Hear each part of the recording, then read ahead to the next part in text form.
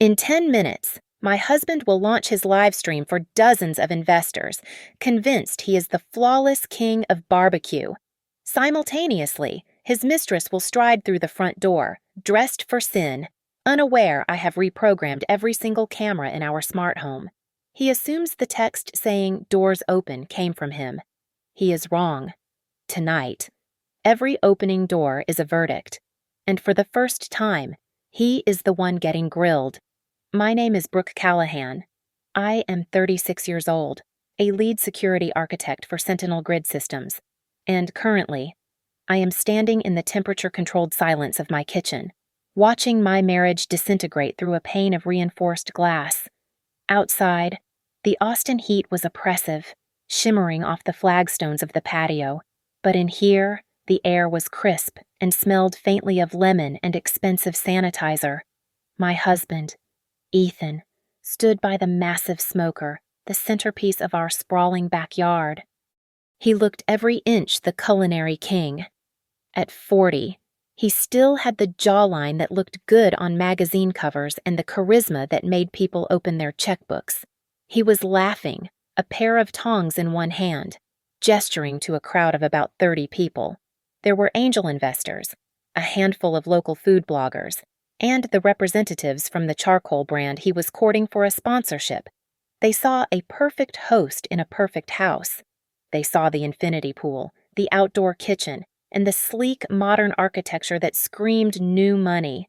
What they did not know was that the deed to this house might bear both our names, but the down payment, the mortgage, and the capital for the renovations had come entirely from my bonuses at Sentinel Grid. They also did not know that the smart home system running this entire property, the locks, the climate control, the audio, and the 16 high-definition security cameras was not a standard contractor install. I had built the network architecture myself. I turned my attention back to the kitchen island. I adjusted a platter of heirloom tomato salad, ensuring it looked rustic yet elegant. But my eyes immediately flicked to the iPad Pro propped up next to the olive oil. On the screen, a mosaic of camera feeds showed me every angle of my life. I saw the guests mingling by the pool. I saw the delivery van parked out front. I saw the empty hallway leading to the master bedroom. This was my quiet power. Everyone thought this house was Ethan's kingdom, but I was the one holding the keys to the castle. Then the iPad buzzed. It was a haptic vibration, synchronized via iCloud from the iPhone Ethan had left charging on the kitchen counter 20 minutes ago. He always assumed that because his phone was locked, his secrets were safe. He never understood that in a house I wired, data flows like water, and I am the one who controls the dam. A banner notification slid across the top of the screen. From Danny G. Tonight. Same time, same door. My hand froze over the salad. The world seemed to tilt on its axis, just a fraction of a degree. For months, there had been signs. There were the withdrawals that did not match the expense reports. There were the late nights at the restaurant blamed on staffing issues. There were the unexplained miles on the Tesla. I had suspected, I had analyzed, and I had lost sleep. But suspicion is just a ghost. This text message was flesh and blood. The ghost finally had a name. I looked up through the window. Ethan was draping his arm around a venture capitalist from Dallas, flashing that winning smile, completely oblivious. He thought he was the smartest man in the room. He thought he had successfully compartmentalized his life. I looked back at the screen. The cursor blinked, waiting. I tapped the notification to open the quick reply window. My heart rate remained steady, a result of years working in high-pressure intrusion detection. Panic is for amateurs, strategy is for survivors. I typed 3 short sentences. Tonight. He's grilling outside. Doors open. I hit send. I watched the delivered status appear. I set the iPad down and leaned my hip against the cool quartz counter. The faint smell of hickory smoke and roasting meat seeped in through the sliding door mechanism. A normal wife might be crying. A normal wife might be screaming. I just felt a cold, sharp clarity settling in my chest. This was not an impulse decision. This was the final line of code in a program I had been writing for a long time. Ethan wanted a show for his investors. I decided I would give him one they would never forget. My education in betrayal began long before I met Ethan. It started in a cramped apartment with my mother, an emergency room nurse who spent her days saving lives and her nights staring at a stack of unpaid bills. My father had left her not just with a broken heart, but with a mountain of debt and a car lease she could not afford because nothing was in her name. I learned to read financial statements before I learned to ride a bicycle. I watched her cut coupons with surgical precision, her hands rough from hospital soap, and I internalized the fear in her eyes. Money is not for showing off. Brooke, she told me once, her voice tight as she tried to balance her checkbook for the third time that night. It is not for cars or clothes. It is the wall you build so the roof does not cave in on you when the world shakes. That philosophy became my religion. By the time I was a student in computer science, I was living it. While my classmates were partying, I was working the night shift in the university IT department, eating 70-cent instant noodles and listening to the hum of the servers. I fixed crashes, I rewired dorms, and I hoarded every dollar. I did not date. I did not take vacations. I graduated and went straight into the meat grinder at Sentinel Grid, working 80 hours a week debugging security systems for banks and energy grids. I bought my first house when I was 25. It was a tiny, run-down bungalow, but it was mine. I stripped the drywall myself to redo the wiring. I installed my own closed-circuit server. I stood in the empty living room, holding the keys, and swore an oath to the ghost of my mother's mistakes. I would never sign a paper I did not understand. I would never let someone else hold the pen that wrote my future. I rose through the ranks quickly. I became the head of the red team, the person companies paid to break into their own systems. I was good at finding weaknesses. I was good at exploiting trust. My investment accounts grew to 6 figures, and I felt safe behind my firewall. Then I met Ethan. He was a speaker at a cybersecurity conference I attended, which was odd because he clearly knew nothing about security. He was there to present the new ordering app for his restaurant chain, Smokeline Hospitality. He was charming, self-deprecating, and colorful in a room full of gray suits. He cracked jokes about his password being password and flashed a smile that made the fluorescent lights seem a little less harsh. After his speech, he found me near the coffee station. I was critiquing the vulnerability of the hotel Wi-Fi on my laptop. "You look like you are about to arrest someone," he said, leaning against the table with a confidence I found terrifyingly attractive. "I am just looking at the traffic," I replied without looking up. "You should tell your IT guy that your app sends location data in plain text. It is dangerous." He laughed, a deep, warm sound that vibrated in his chest. "I have no idea what that means, but you sound way too smart to be hanging out with the guys in this room. You should come to the flagship. I make a brisket that will make you forget about plain text." I should have said no.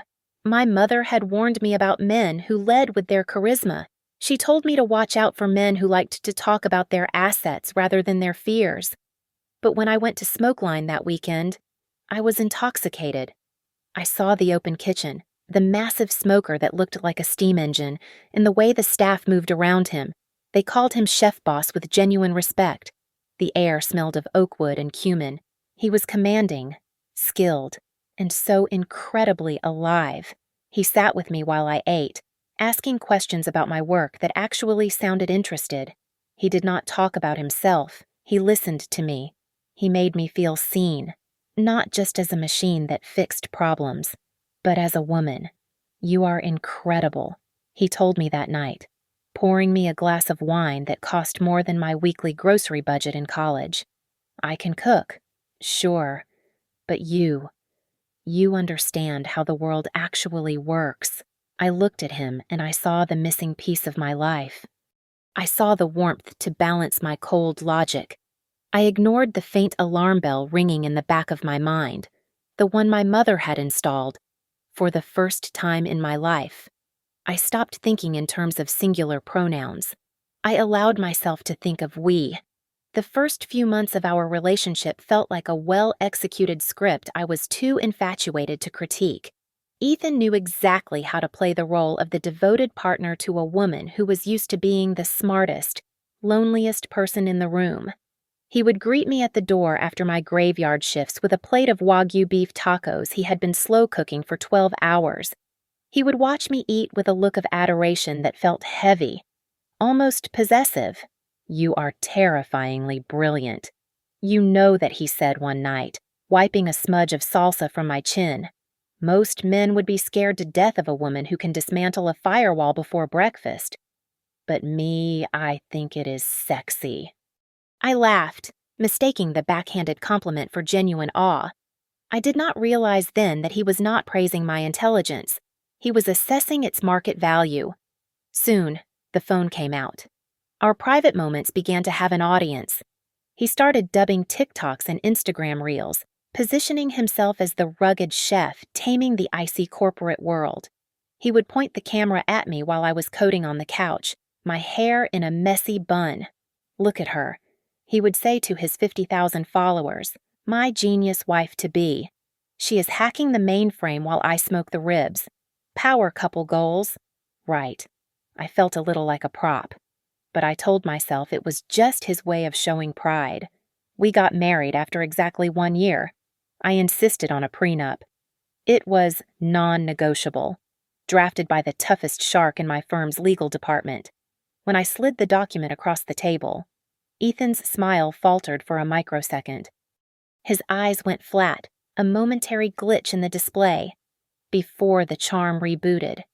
"Babe," he said, pushing the paper away slightly. "I mean, if it makes you feel safe, I will sign it. But it hurts a little. I trust you with my life." "This is just paper." He signed it, but the ink looked angry. Then came the house. Ethan insisted we needed an upgrade. "We need a stage." "Brooke," he argued, "investors need to see success to buy into success. I need a backyard that says King of BBQ." We found the place in Austin. It was perfect for his vision, with an outdoor kitchen that cost more than my first car. The deed had both our names on it, but when it came time for the wire transfer, the money came from my liquidation of tech stocks. Ethan contributed his brand equity and his network. I paid the down payment. He paid in promises. A few months later, the Smokeline ordering app crashed. Someone had tried a SQL injection attack, and customer data was leaking. Ethan was in a panic, pacing the kitchen, sweating through his shirt. I sat down, opened my terminal, and spent 6 hours patching the holes his cheap freelance developers had left wide open. I saved his company from a lawsuit that would have buried him. The next week, an article came out in a local business journal. Ethan was quoted extensively. I recognized the breach immediately. He told the reporter, "I locked it down. You have to be vigilant in this digital age. My name was not mentioned once. When I brought it up, he hugged me tight, smelling of expensive cologne. They do not want to hear about the technical stuff." "Babe," he said, "they want the hero founder story. It is good for us. It drives the stock value." Then the boundaries started to blur. We would be at dinner parties with potential investors, and he would wrap an arm around my waist, squeezing a little too tight. "This is Brooke," he would announce. "She is my own private hacker. She protects the money for us." The way he emphasized us always made the hair on the back of my neck stand up. It sounded less like a partnership and more like an acquisition. The red flags turned into sirens the day I checked my credit card statement. There was a charge for $8,000 to a custom smoker manufacturer in Georgia. I confronted him in the living room, holding the printout. "Ethan, why is there an $8,000 charge on my Visa?" "You did not ask me." He did not apologize. He did not look guilty. He looked annoyed, as if I had interrupted an important thought. "We needed the new rig for the fall menu launch," he said, not looking up from his phone. I maxed out the business cards. I figured we would just settle it later. "We are one, aren't we? Why are you being so transactional?" "It is not about the money," I said. my voice steady but my hands trembling slightly. "It is about the fact that you used my card without asking." He finally looked at me, and his eyes were cold. "Wow," he said, shaking his head. "Do you really not trust me? Is that it? You are the kind of person who trusts an account balance more than her own husband? That is really sad. Brooke, I feel sorry for you." I stood there, stunned, feeling the guilt wash over me where the anger should have been. I told myself he was just stressed. I told myself that businessmen take risks. I told myself that I was being too rigid. I was a professional at finding vulnerabilities in systems. But I was completely blind to the fact that the biggest security threat to my life was sleeping in my bed. The warning signs did not appear as flashing red lights. They arrived as quiet, administrative anomalies, the kind of small data packets that usually signal a system is being probed for weaknesses. It started with an email. Ethan had accidentally carbon copied me on a thread with his accountant regarding Smokeline ownership restructuring. When I asked him about it over coffee, he barely looked up from his toast. "It is just tax stuff." "Babe," he said, dismissing my concern with a wave of his hand. "Boring legal jargon. Do not worry your pretty head about it."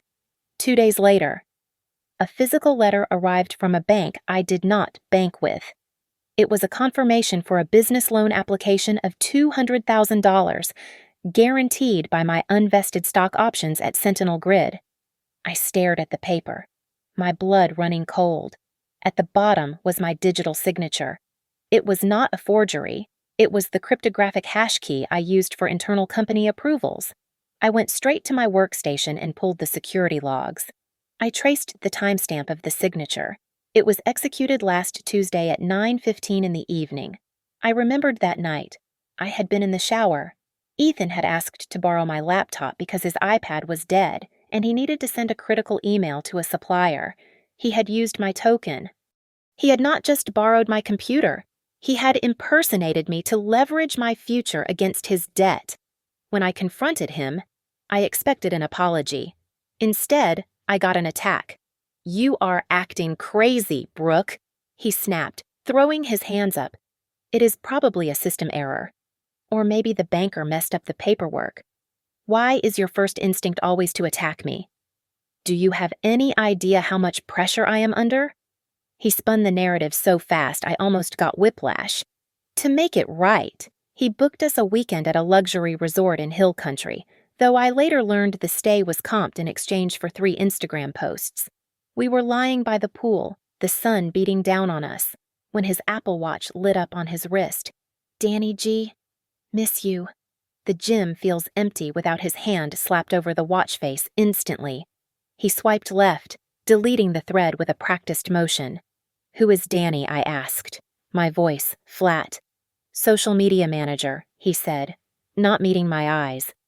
"She is annoying, always asking for content approvals on weekends." The lie was so lazy it was insulting. That night, while he slept, I did not cry. I opened my laptop and initiated an OSINT investigation. Open source intelligence is the art of finding what people think they have hidden. It took me less than 20 minutes to find her. Daniela Garcia, 24 years old. She was a bartender at the downtown Smokeline location and a micro-influencer in the fitness space. I scrolled through her Instagram feed. It was mostly gym selfies and protein shake recipes. But then I stopped. There was a photo from 3 weeks ago. She was holding a glass of red wine, posing in a dimly lit living room. The caption read, "Cozy Nights with the Boss." I zoomed in on the background. I recognized the throw pillows. I recognized the abstract painting on the wall. I recognized the specific weave of the rug. She was in my house. She had been sitting on my sofa, drinking my wine, while I was likely pulling an all-nighter at the office. The betrayal deepened when I accessed the employee Slack channel for Smokeline, a backdoor I had installed when I fixed their app. I searched for mentions of my name. I found Ethan complaining to his assistant manager. "My wife is on my back again about margins. She is obsessive. You know how it is. She thinks money is the only thing that matters. I'm just a romantic trapped in a spreadsheet." He was building a character arc for his staff where I was the villain and he was the suffering artist. When we returned home, the pattern became undeniable. He would come home late, smelling of vanilla perfume and ozone, claiming he was checking the closing shift. "I smell her on you." "Ethan," I said one night as he walked past me to the shower. He stopped, turning to look at me with a look of pity. "You are imagining things again." I was at the smoker. That is hickory and sweat. "Do you trust the camera logs more than you trust your husband's word?" He said it as a challenge, thinking I would back down to preserve the peace. He did not realize he had just given me permission. "No," I whispered to the empty room once the bathroom door clicked shut. "I trust the logs." From that moment, I ceased to be a wife. I became a red team operator. I started documenting everything. I took screenshots of the emails. I downloaded the PDF of the fraudulent loan application. I pulled the access logs from the smart lock, matching the timestamps of his late nights to the moments the alarm system was disarmed by his code. I was no longer a victim waiting for the crash. I was the architect preparing the demolition. The office at Sentinel Grid was silent, save for the hum of the cooling units in the server room down the hall. It was 2 a.m. I was not there to work for the company. I was there to run a vulnerability assessment on my own life. I sat in the glow of my 3 monitors, querying the Secretary of State's Business Registry database. The search results populated the screen, and my stomach dropped.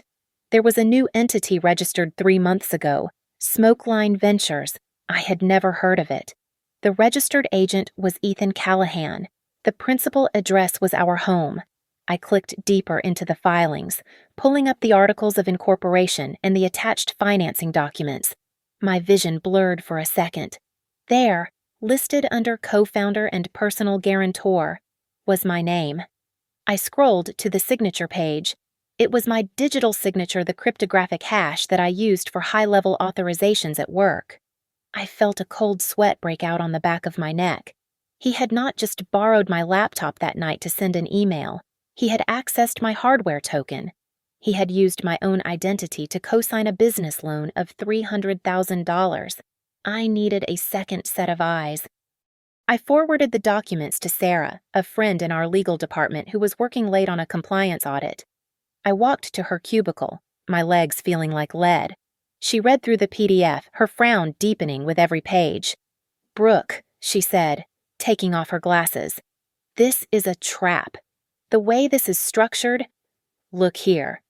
The assets of the brand are being licensed to this new venture, but the ownership of the IP remains in a separate trust that lists only Ethan as the beneficiary. But the debt is held by Smokeline Ventures, fully guaranteed by you." "What does that mean?" I asked, though I already knew. "It means if the company goes bust, the creditors come for your personal assets to cover the loan. You get the debt. He keeps the brand. It is a classic dump scheme." I went back to my desk. The sadness that had been plaguing me for weeks evaporated, replaced by the cold, hard focus of a red team operator. I needed the communications. I needed the intent. I grabbed a test device from the mobile lab, a clean iPhone we used for sandbox testing. I initiated a restore from iCloud, entering Ethan's Apple ID. He used the same password for his cloud account that he used for the garage door opener. The 2-factor authentication code pinged to the iPad I had left connected at home, but I had remote access to read the notification banner through my home network admin panel. I entered the code. The phone began to populate. Contacts, photos, messages. I opened the message thread with Danny G. It was not just a few texts. It was thousands of messages spanning 6 months. I scrolled back, reading the autopsy of my marriage. "She is suspicious." Ethan had written 2 weeks ago, but do not worry. She is too busy with her servers to notice the paperwork. "You are my escape plan, baby." I kept reading. "Once the Series B funding hits from these investors, I am moving the majority equity into the trust," he wrote. "If Brooke gets too difficult, I can cut her loose. The prenup is just paper if you play smart. I will leave her with the shell company and the bills." Then I found the image that made my hands shake with rage. It was a photo of the loan document with my stolen signature. Look at this. He captioned it, "I hacked the system of my own hacker wife." She did not even blink. Danny's reply was instantaneous, punctuated with fire emojis. "You deserve every penny, babe. I hate that kind of woman who thinks money is power. You are the real talent."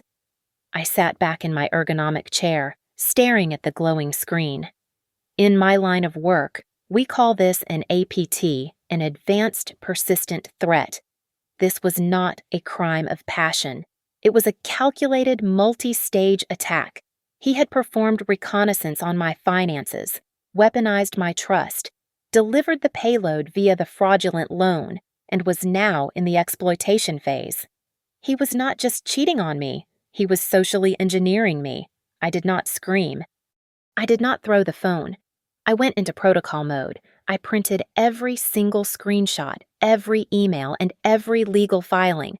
I saved the digital copies onto an encrypted USB drive with military-grade encryption. I placed the physical copies in the drive into the fireproof safe under my desk, the one only I had the biometric clearance to open. I sent a second digital backup via an encrypted Proton Mail account to a divorce attorney I had contacted anonymously on a burner phone. Nothing would go home with me. I knew better than to bring evidence into the territory of the adversary. I drove home in silence. The house was dark when I arrived. I walked into the bedroom and saw Ethan sleeping soundly, his arm thrown over his eyes, smelling faintly of bourbon.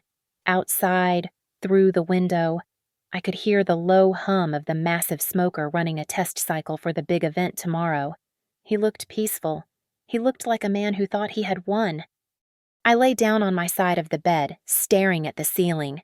The fear was gone. The heartbreak was gone. All that was left was the strategy. He wanted to use our home as a stage to launch his new empire. Fine. I would make sure the show was spectacular. I was going to flip the entire board, and I would do it right in his backyard. I met Marcus Sterling, a divorce attorney specializing in high net worth fraud, at a nondescript coffee shop 3 blocks from my office. I did not bring a tear-stained tissue. I brought a binder. I laid it out on the table between us. It contained the cloned text logs, the digitally forged loan documents, the articles of incorporation for Smokeline Ventures, and the metadata proving he had accessed my security token. Marcus flipped through the pages. He was a man who had seen everything, but when he stopped at the loan guarantee, he whistled low and sharp. "Brooke," he said, looking over the rim of his glasses, "this is not just a messy breakup. This moves him from the realm of financial ignorance into the territory of intentional fraud. If we can prove he used your credentials without authorization to secure debt while shielding assets in a trust, we do not just get a divorce. We can petition the court to pierce the corporate veil. You could end up controlling the majority of Smokeline to satisfy the debt. I do not just want the company. Marcus," I said, my voice steady. I want him to understand that he never actually owned it. Next came the forensic accountant. I paid her retainer from an account Ethan did not know existed. Her report was a masterclass in reading between the lines.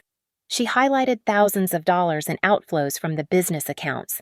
There were flights to Miami, designer handbags, and monthly rent payments for a studio apartment downtown. In Ethan's ledger, these were all categorized under a single lazy heading: marketing expenses. "He is sloppy," the accountant told me over the phone. "He thinks because he owns the business. Nobody checks the receipts. He is effectively embezzling from the company to fund his affair. I needed human intelligence to back up the data." I met quietly with 2 of the kitchen staff from the flagship restaurant, men I had helped with immigration paperwork years ago. They were hesitant at first, but anger is a powerful motivator. He missed payroll twice last month. One of them told me, looking down at his hands, he told us cash flow was tight because of the expansion. But then he pulls up in that new truck. It is hard to swallow. "Brooke, he owes me for 40 hours of overtime." The other added, he said if I complained, I was not a team player. I had enough. The target was acquired. Now, I needed to set the stage. The barbecue was scheduled for Friday night. It was supposed to be his coronation. He had secured a partnership with a major charcoal brand, and they were sending representatives to watch the live stream. He invited angel investors to treat our backyard like a showroom for his new venture. On Thursday night, while Ethan was at the restaurant prepping, I logged into the root admin panel of our smart home system. I did not just tweak the settings, I rewrote the logic scripts. I created a new automation scene and named it Truth. I linked the front door smart lock to the video distribution system. I set a trigger if the front door unlocked between 8 and 9 in the evening. Every television in the house, including the massive 70-inch outdoor screen by the pool, would immediately switch inputs. They would cease playing the pre-recorded promotional loops and broadcast the live video and high-definition audio feed from the foyer security camera. Next, I picked up the iPad that controlled the patio music. I created a hidden folder in the photo gallery. Inside, I loaded the PDF of the forged loan, the screenshots of the escape plan texts, and the breakdown of the marketing expenses on Danny's apartment. I set the iPad to mirror to the outdoor projector with a single swipe. My final move was the most corporate. I used an anonymous Proton Mail account to send a dossier to the compliance department of the charcoal brand sponsoring the event. I did not sound like an angry wife. I sounded like a whistleblower. I flagged the irregularities in Ethan's books and suggested they audit his solvency before signing any partnership. I knew how corporate risk teams worked. They would not cancel immediately, but they would be watching him like hawks, waiting for a slip-up. By Friday morning, I had transferred 70% of our liquid cash, the money that was legally mine from before the marriage, into a secure account at a different bank. I froze the credit card Ethan used for his gas and incidental expenses. I stood in the center of the living room, checking the angles of the cameras one last time. The house was quiet. The air conditioning hummed. To anyone else, it looked like a pristine suburban sanctuary. To me, it looked like a loaded weapon. I had built the walls. I had wired the sensors. And tonight, I was going to be the one to pull the trigger. The event had officially begun, and Ethan was in his element. He stood by the massive smoker, wearing a custom leather apron stamped with the Smokeline logo, a pair of tongs in one hand and a glass of bourbon in the other. The setting sun cast a golden glow over the backyard, illuminating the faces of the 30 or so guests he had curated for this performance. People ask me about the rub. Ethan boomed, playing to the camera crew streaming live to Instagram and YouTube. They ask about the wood, but the real secret, it is hard work. It is grinding when nobody is watching. And, of course, it is having a wife who stands behind the dream, holding the fort down. He gestured vaguely toward the house, toward me. The chat on the live stream, displayed on a monitor near the bar, scrolled with a flurry of heart emojis and comments like couple goals and find a man who honors you like this. I moved silently between the kitchen island and the wet bar, refilling drinks, playing the part of the supportive shadow. I wore a polite smile, but my eyes were glued to the iPad propped up next to the DJ mixer. The device was managing the playlist, but in the background, it was mirroring Ethan's phone. A vibration rippled through the screen. A new message from Danny G. I see the smoke. You sure she is gone? Tonight I watched Ethan across the yard. He felt the buzz in his pocket. He wiped his hands on his apron, gave a charming apology to the camera about checking the meat temps, and ducked behind the outdoor counter. A moment later, the reply appeared on my iPad. Kitchen door unlocked, 8:30. Everyone will be outside. He thought he was being discreet. He thought he was directing traffic. He did not know that I was the one controlling the traffic lights. I slipped into the cool quiet of the living room. It was 8:25. I opened the admin panel for the house automation. I checked the routine I had named Showtime. The logic was simple but devastating if the front door smart lock was engaged between 8:25 and 8:45. The system would override every video output in the house. I tapped the enable button.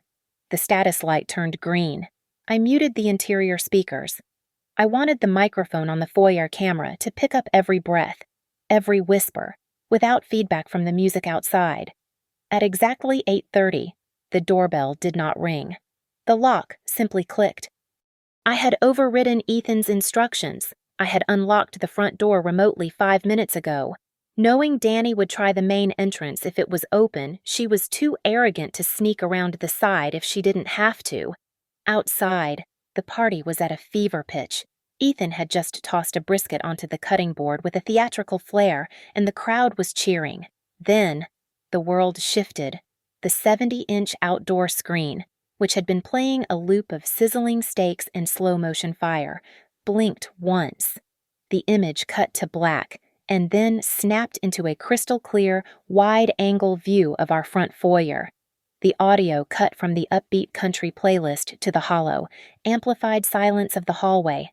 The crowd quieted down, confused. They thought it was part of the show. On the screen, the front door swung open. Danny stepped in. She was not dressed for a barbecue. She was wearing a red silk slip dress that left nothing to the imagination, her heels clicking sharply on the tile. She held a bottle of wine in one hand. She looked around, smiling a secret, predatory smile. She looked directly toward the interior of the house, unaware that her face was being projected 10 feet tall behind the man she was sleeping with. "Hi, babe," she whispered, her voice carrying clearly over the outdoor speakers, husky and intimate. "She asleep, yet I parked down the street like you said." The silence in the backyard was absolute. It was a vacuum. The investors stopped chewing. The brand representatives lowered their drinks. Ethan froze.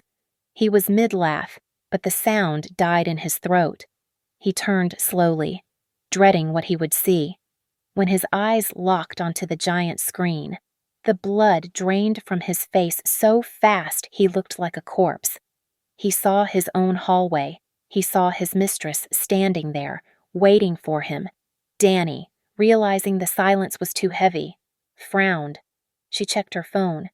Then she looked up and saw the red recording light on the foyer camera blinking. She froze, her eyes widening as she realized she wasn't just walking into a house. She was walking onto a stage. I stepped into the frame, on the giant screen. I appeared from the living room, walking calmly toward her. I stopped 3 feet away. I did not scream. I did not cry. I looked at her with the mild interest of someone finding a pest in the pantry. "Oh, good. You found the right door," I said, my voice projecting crisp and clear to the stunned audience outside. He usually hides this trick better. Ethan crashed through the patio doors, his face a mask of sweat and panic. The heavy oak door slammed against the wall, but he seemed to have forgotten the fundamental rule of a broadcast: the microphone was still live. The audio from the foyer camera was feeding directly to the 70-inch screen outside and the thousands of people watching online. "What the hell are you doing?" he screamed, his voice cracking. "You are ruining everything because of some paranoid jealousy. You are hysterical." I did not flinch. I stood my ground near the console table, looking at him with the detached curiosity of a scientist observing a specimen in a jar. I lifted the iPad I had been holding. "Jealousy is an emotion." "Ethan," I said, my voice magnified and crystal clear. "I do not have time for emotions. I deal in data." I tapped the screen. The projection of the foyer on the outdoor TV vanished, replaced instantly by a high-contrast slide. It was a screenshot of the email chain between Ethan and his lawyer regarding the formation of Smokeline Ventures. I had highlighted the paragraph where he discussed moving the operational assets to a trust while leaving the liabilities attached to my name. Outside, the silence broke.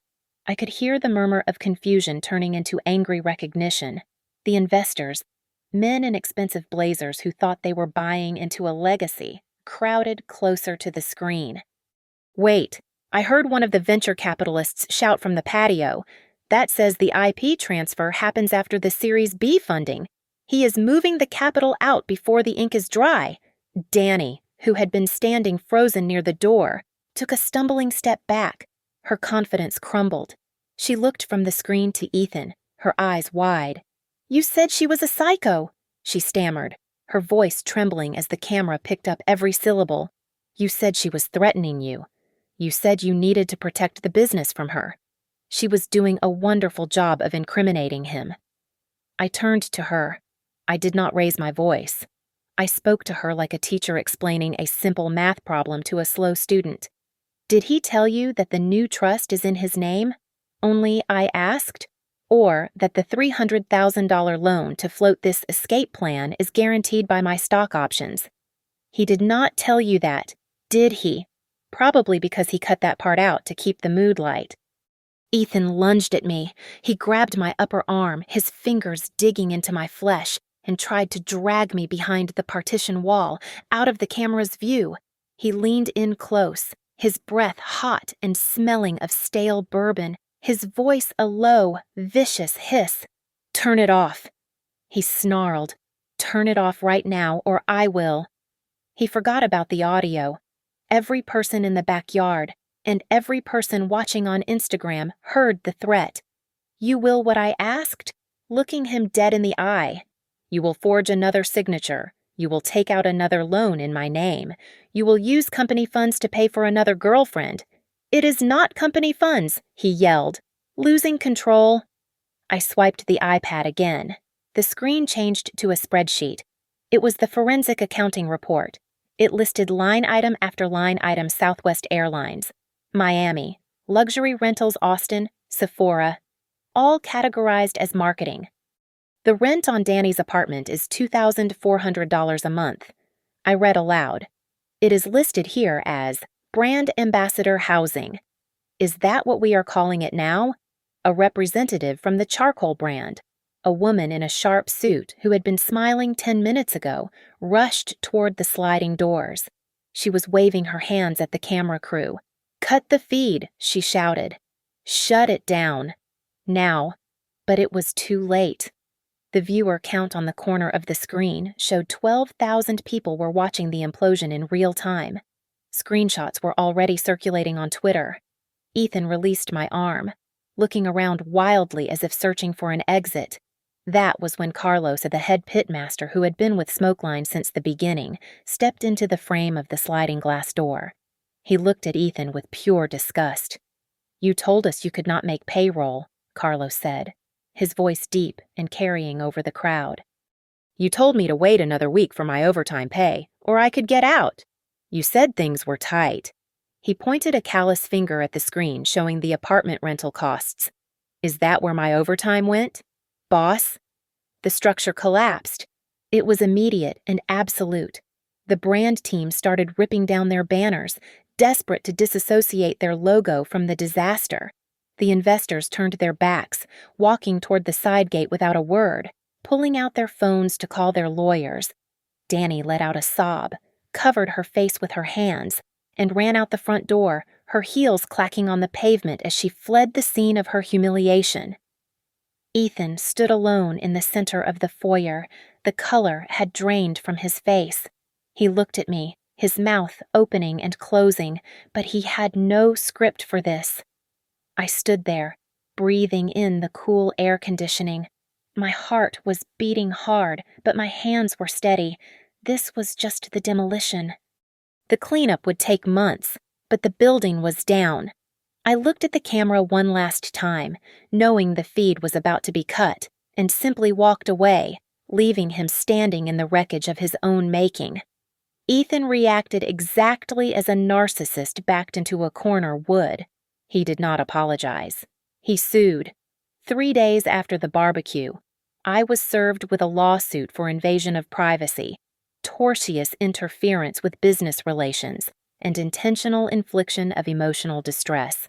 He went on social media, spinning a narrative of a deranged, controlling hacker wife who had illegally wiretapped his home to destroy his reputation. I did not fight him on Twitter. I fought him in the courtroom. My lawyer, Marcus, filed a countersuit that read like a federal indictment. We alleged fraud, forgery, unauthorized access to corporate security credentials, and the dissipation of marital assets. We submitted the entire clone of his iCloud backup into evidence. The first mediation session took place in a glass-walled conference room downtown. The air conditioning was humming too loudly, or maybe that was just the adrenaline in my ears. Ethan sat across from me, wearing a suit that was slightly too tight, refusing to make eye contact. His lawyer, a man with too much hair gel, opened with an attack on my character. Ms. Callahan is a woman of significant technical power, the lawyer said, smoothing his tie. She is used to controlling systems. When she could not control her husband, she became paranoid. She manufactured a crisis. I slid a single piece of paper across the mahogany table. It was a printout of a text message from Danny, dated 3 months prior. If I am just paranoid, I asked, keeping my voice level. Can you explain why Ms. Garcia refers to my home as our safe house in this message, and why Ethan replied, "Don't worry, the firewall is asleep." Ethan flinched. His lawyer picked up the paper, read it, and cleared his throat, but said nothing. Next came the forensic accountant. The room went dead silent as the accountant projected the spreadsheet onto the wall. She walked us through the timeline. On the 14th of February, she said, pointing to a red line, a transfer of $4,000 was made from the Smoke Line operating account to a luxury rental agency. This was categorized as venue deposit. However, cross-referencing with Mr. Callahan's GPS data shows he spent the night at that address. It is a studio apartment currently leased to Daniela Garcia. She clicked to the next slide. On the 3rd of March, Mr. Callahan told his wife he was on a supplier trip to Kansas City. The credit card records show charges for 2 tickets to Cabo San Lucas and a hotel stay under the name Mr. and Mrs. Smith. The flight manifest lists the second passenger as Ms. Garcia. Ethan sank lower in his chair. The work trip was the same weekend I had stayed home to fix a critical bug in his ordering system. The prenup I had forced him to sign years ago, the one he had called just paper, became my Iron Dome. It explicitly stated that any debt incurred by one party without the written consent of the other remained sole property of the borrower. It also protected all my premarital assets and my stock in Sentinel Grid. The trust he had tried to set up to hide the Smoke Line brand was flagged as a fraudulent conveyance and illegal attempt to move assets out of reach of creditors. Desperate, Ethan tried to flip the table. His lawyer produced a stack of printed text messages, heavily cropped. "Your Honor," the lawyer said, addressing the mediator, "we have evidence that Ms. Callahan threatened my client." He read a text where I said, "I will burn everything you built down."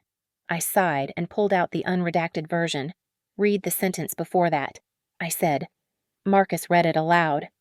"If you do not stop forging my signature on bank documents, I will go to the authorities and I will burn everything you built down." The context changed it from a threat of violence to a promise of justice. The mediator looked at Ethan with open disdain. By the end of the week, we had a settlement. The court was not interested in dragging this out. I was granted temporary controlling interest in Smoke Line to oversee the transition and ensure the debts were paid. Ethan was removed as CEO, effective immediately. He would receive a small payout, minus the funds he had embezzled. Crucially, the judge issued a permanent injunction barring him from ever accessing any device, server, or account registered to my name. As I walked out of the courthouse, Carlos, the head chef, was waiting by the steps. He looked tired but relieved. "Thank you, Brooke," he said, shaking my hand. "After what you did." 3 other servers came forward about him skimming tips. "We finally feel like we can breathe." That night, my inbox pinged. It was an email from Danny. It was long, rambling, and desperate. She apologized for believing the evil wife story. She wrote that Ethan had promised her he was leaving me, that he had promised to put her name on the new brand. She wrote that she was a victim too. I read it once. I did not feel anger, and I certainly did not feel pity. I did not type a reply. I simply hit forward and sent it to my lawyer. It was just another piece of evidence for the file. It took nearly 12 months to untangle the knots of our marriage, but when the dust finally settled, the landscape of my life had changed completely. I was officially no longer Ethan's wife. I was, however, the temporary controlling shareholder of Smokeline Hospitality. Ethan retained a minority stake, a sliver of equity that entitled him to a small share of the profits but gave him absolutely zero decision-making power. He arrived 20 minutes late to the final board meeting at the headquarters. The man who walked in was a ghost of the king of BBQ. Gone were the crisp, branded dress shirts and the expensive watches. He was wearing a faded gray hoodie, and he had lost weight, his face gaunt and unshaven. Yet, the arrogance was still there, clinging to him like a bad smell. He slumped into the chair at the end of the table, sneering at me. "Well," he said, spinning a pen on the mahogany table, "you finally got what you wanted. You stole my empire. I hope you know how to smoke a brisket. Brooke, because the code does not add flavor. I did not look up from my file. I have no intention of smoking brisket. Ethan, and I have no intention of keeping your empire." I slid a document across the table. It was a transfer of ownership agreement. "I am transitioning the majority ownership of Smokeline into a cooperative trust," I announced calmly. "The equity is being distributed among the employees who have worked here for 5 years or more. Carlos, the head chef you refused to pay overtime to, he is voting on the new board of directors next week." Ethan stood up so fast his chair tipped over. His face flushed a deep, violent red. "You are insane," he shouted, his hands shaking. "You are giving it away to the kitchen staff. You are burning down everything I built. I am not burning it." I replied, my voice steady. "I am moving it out of the hands of a man who used this company to bleed people dry. I am selling my shares to the cooperative at a preferred rate. The proceeds will go into a legal defense fund I established this morning. It is for partners who have been coerced into fraudulent debt by their spouses. Consider it your legacy. We had to sign the final dissolution papers in person. I insisted we do it at the house the scene of the crime, so to speak. It was empty now, staged for sale." When Ethan arrived, he looked around the foyer with a mix of nostalgia and bitterness. He hesitated before stepping over the threshold. As he walked in, the smart home system triggered one last routine I had programmed. The 70-inch screen in the living room did not play footage of his affair this time. Instead, it played a montage. It showed clips from his old vlogs where he promised his staff they were family. It showed emails he had written about integrity while he was stealing from the company accounts. It was a mirror of his hypocrisy. "Turn it off," he muttered, not making eye contact. "I do not need a lecture." I tapped my phone, and the screen went black. I held out my hand. He dropped his key fob into my palm. It felt light, like shedding a dead weight. Doors open. "Ethan," I said, echoing the text message that had started the war. "You can go anywhere you want, but this time, behind every door. There is no more of my money waiting for you." He walked out without a word. 3 months later, I was walking downtown to meet a friend for dinner. I passed a new bistro that had just opened.